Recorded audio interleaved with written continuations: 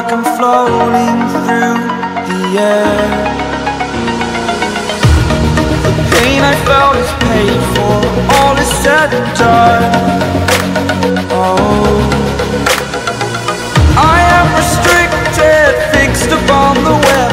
I need to kick the habit that my mind is breathing in. Break out, I've got to see. তো hello guys, তোমরা তো video title এবং thumbnail দেখে বুঝে গেছো যে আমরা দীঘা ঢেউসাগর পার্কে পৌঁছে গেছি। তো দীঘা ঢেউসাগর পার্কের কিছু গুরুত্বপূর্ণ তথ্য আপনাদের সাথে শেয়ার করব, তাই ভিডিওটা স্কিপ না করে প্রথম থেকে লাস্ট পর্যন্ত দেখতে থাকুন। দীঘায় পর্যটকদের জন্য নতুন আকর্ষণ ঢেউসাগর পার্ক। পার্কটি 2019 সালে মাননীয় মুখ্যমন্ত্রী মমতা ব্যানার্জি উদ্বোধন করেন। এই পার্কের প্রবেশের দুটি গেট রয়েছে, একটি বাস স্ট্যান্ডের দিকে, অপরটি সৈকত সরণির দিকে। পার্কটিতে বাচ্চা থেকে বড় সবার জন্য বিনোদনের নানা রকমের ব্যবস্থা রয়েছে।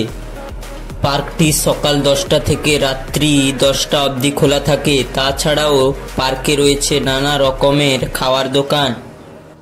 প্রথমে চলে এসেছি টিকিট কাউন্টারে। এখানে টিকিট কেটে নিয়ে টিকিট দেখিয়ে প্রবেশ করে গেলাম দীঘা ঢেউসাগর পার্ক। যাই হোক, আমার একটা জিনিস ভালো লাগছে, ঢেউসাগরের পার্কের টিকিট এখনো 10 টাকা আছে। এখানে ঢেউসাগর পার্কে রয়েছে টয় ট্রেনের মতো ব্যবস্থা এবং এর ভাড়া মাত্র 10 টাকা। কলকাতা ইকো পার্কের মতো সাইকেলিং এর ব্যবস্থা রয়েছে এখানে। বোটিং এর ব্যবস্থাও রয়েছে এই ঢেউসাগর পার্কে।